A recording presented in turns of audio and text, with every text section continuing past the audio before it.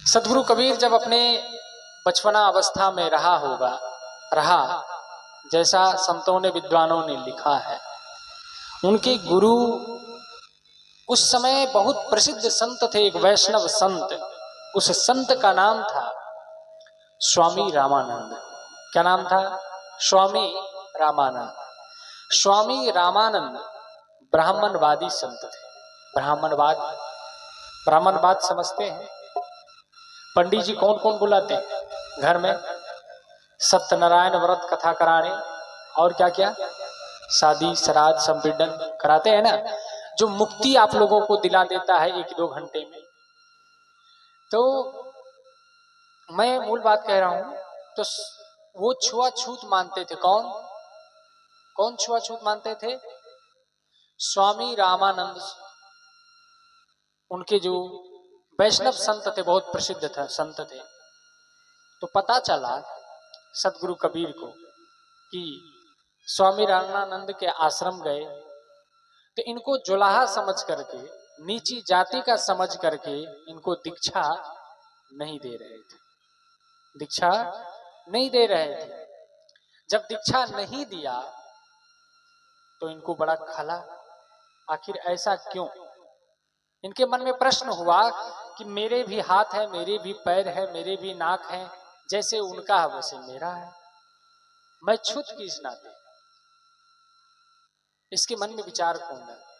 और स्वामी रामानंद कहते हैं कथा के अनुसार, घटना के अनुसार, जैसा हम लोग तो वहां थे नहीं, लेकिन जो बातें चलती है उनके लिए, स्वामी रामानंद के जहां से वो रूम में, जिस रूम में कक्ष में रहते थे, उसके जो दरवाजा होता है ना, देहरी कहते हैं, देहरी, वो उस पर सो गए। और 4 बजे भोर में जब वो निकले स्नान करने के लिए या अपना कार्य के लिए, तो उसी पर पैर पड़ गया, ऐसा कहते। तो बहुत घबराए, लेकिन समझाया बुझाया गया तो दया हुई होगी स्वामी रामानंद के, और उनको अपना लिए। किनको? गुरु कबीर को, कबीर साहब को अपना लिए। लेकिन सभी शिष्यों में शामिल हो गए। तो एक दिन कबीर साहब को कहा कि ए कबीर जाओ। मैं कहा ना, उनके देखिए कैसे बचपना कैसी रही, इस घटना को थोड़ा सुन ले, आप सब सुने भी होंगे। कहा कि कबीर जाओ, दूध लेकर के आओ। क्या कहे? दूध लेकर के आओ, आज खीर बनाना है। कहा क्यों, किस लिए आज खीर बन रहा है, किस खुशी में? कहा कि हमारे पूर्वज गुजर गए हैं, चले गए हैं, ऊपर लोक पधार चुके हैं, उनके श्राद्ध। क्या है? श्राद्ध, जैसे बरखी मनाते हैं वर्षों में अपने पिता का, दादा का।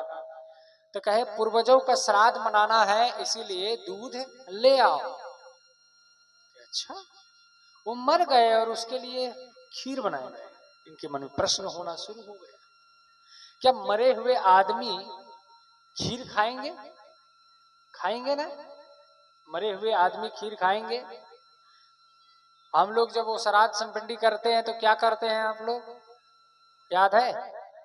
उधर वो मटका में क्या क्या भोजन रख करके पिछवाड़ा में कहीं रख देते हैं। किसके लिए रखते हैं? कि हमारे जो मर गए हैं उसकी आत्मा भटक करके वो आकर के खाएंगे। तो क्या बन करके आता है वो खाने के लिए? कौन आता है? कौवा, चिल, गिद्ध। तो आप पहले से घोषित करना चाहते हैं कि हमारा दादा बाबा जो है कौवा बन गए। कबीर साहब दिमाग लगाए, लेकिन चले गए। गुरु की आज्ञा मानना था, गए। जब गए, कहे कि आज मैं कुछ बढ़िया से, सदगुरु कबीर चिंतक तार्किक थे, उन्होंने तर्क बुद्धि अपना प्रयोग किया। कहा कि आज मैं भी गुरुदेव से प्रश्न पूछ ही लेता हूं, और तरीका से पूछूंगा। तो गए, संजोग से उसी रात एक गाय मर गई थी कुछ दूरी पर। दूध लेने गए, मरी हुई गाय के पास कबीर साहब घास लेकर के जाते हैं और गाय से कहते हैं, हे गौ माता, मुझे दूध दे दीजिए। बहुत देर से खड़े होकर के बाल्टी लेकर के खड़े हैं, दूध मांग रहे हैं, निवेदन कर रहे हैं, मुझे दूध दे दीजिए, मुझे दूध दे दीजिए। अब मरी हुई गाय दूध देगी? नहीं देगी ना। और पूजा का टाइम, श्राद्ध का टाइम हो रहा है। स्वामी रामानंद, उनके गुरुदेव बहुत गुस्से में आ रहे हैं, आखिर इतना देर से क्या कर रहा है, दूध लेने के लिए गए हैं, आ ही नहीं रहा है। तो अपने शिष्यों को उन्होंने भेजा और जो शिष्य थे उनके साथ ही कबीर साहब को भेजा। जब वहां गए तो देखते हैं कि ये हाथ जोड़े खड़े, पहले से ही सोच लिए थे। उनके शिष्यों ने कहा, कबीर देखिए गुरुजी, कबीर जो है ना, कबीर के दिमाग वाली उल्टी खोपड़ी, उनके खोपड़ी में कुछ और चल रहा है, इसलिए वो नहीं आ रहा है। और पता देखें, हम लोग जाकर के देखने में आया है कि मरी हुई गाय के पास खड़े हैं और खड़ा हो करके पता नहीं क्या कर रहा है, उसके दिमाग में क्या चल रहा है। बहुत कहा, बहुत बुलाया, बहुत निवेदन किया, तब जाकर के कबीर साहब ने कहा कि मैं दूध लेने के लिए आया हूं और दूध लेकर के जाऊंगा। तो शिष्यों ने, साथियों ने कहा, बड़े आप विचित्र आदमी हैं, ये मरी हुई गाय आपको कभी दूध देगी? एक रात क्या पूछे, 10 रात क्या पूछे, जिंदगी भर यहाँ पर रहिए, ये मरी हुई गाय दूध नहीं दे सकती है। क्या कहा? ये मरी हुई गाय दूध नहीं दे सकती है। और कहा कि गुरुजी आपको बुला रहे हैं, आपके आशे में रुके हुए हैं, वहां श्राद्ध कर्म रुका हुआ है, आप चलिए। वहां गए, गुरुजी बहुत गुस्से में मतलब थोड़ा लाल पियर हो गए थे कि इतना लेट, ऐसा थोड़े ना तलवार निकाल लेंगे कि गोली बंदूक निकाल लेंगे है। और गुरु के गुस्सा कैसा होगा, माता पिता के गुस्सा कैसा होता है? माँ क्या कहते हैं अपने बच्चों को, क्या कहते हैं गुस्से में? बिहार के माता लोग देख को मुहा सुने नहीं चाहे। तो कहने का कुछ कुछ बोल देती, क्या बच्चे के लिए हित भाव है क्या माँ का? ऐसा लगता है। ऐसे भी माँ मिली है, मुझे सुनने में आया है, मैं सुना अपने जीवन में, वो कहते जाओ ना, मर न जाओ। तो क्या माँ सही में मरने कहती है? आपको ऐसा लगता है? गुस्सा तो है, लेकिन कुछ ऐसा काम करता है बच्चा, अजीज आ जाती है, नहीं सह पाती है, तब कहती है जान मर जाओ उधर जाके, ऐसे कह देती। लेकिन ऐसा कहना उचित नहीं है। संस्कार, एक एक शब्दों का चोट आपके अवचेतन बच्चों के मन पर पड़ता है और उसका गलत असर होता है। अच्छा ठीक है, जिसने सुना उनके ऊपर होगा, खैर ये एक बात है। तो कबीर साहब जब वहां पहुंचे तो कहते हैं, कहे कि क्यों वहां खड़ा था तुम मरी हुई गाय के पास, क्यों खड़ा था? कहा कि दूध लेने के लिए। कहे बेवकूफ, कहे का तुम्हें ज्ञान नहीं है, मरी हुई गाय कभी दूध देगी? कहे गुरुदेव, जब मरी हुई गाय दूध नहीं दे सकती है, सत्य बोलने में तो साहसी थे वो, बहुत साहसी थे, डरते तो थे ही नहीं, उनके बचपन से ऐसे थे। कहा गुरुदेव, जब मरी हुई गाय दूध नहीं दे सकती है तो क्या मरा हुआ आदमी खीर खा सकता है? जब मरी हुई गाय दूध देगी तभी मरा हुआ आदमी खीर खाएगा। अगर मरा हुआ आदमी खीर खाता है तो मरी हुई गाय दूध भी देना चाहिए। कहा कि हो गया कबीर के शुरू, ये मानने वाले नहीं है। और सुनने में आया कबीर साहब को बहुत कुछ उनके गुरुदेव ने कहा और विवश होना पड़ा उनके तर्क पर कि जब मरी हुई गाय दूध नहीं दे सकती तो मरा हुआ आदमी खीर कैसे खाए।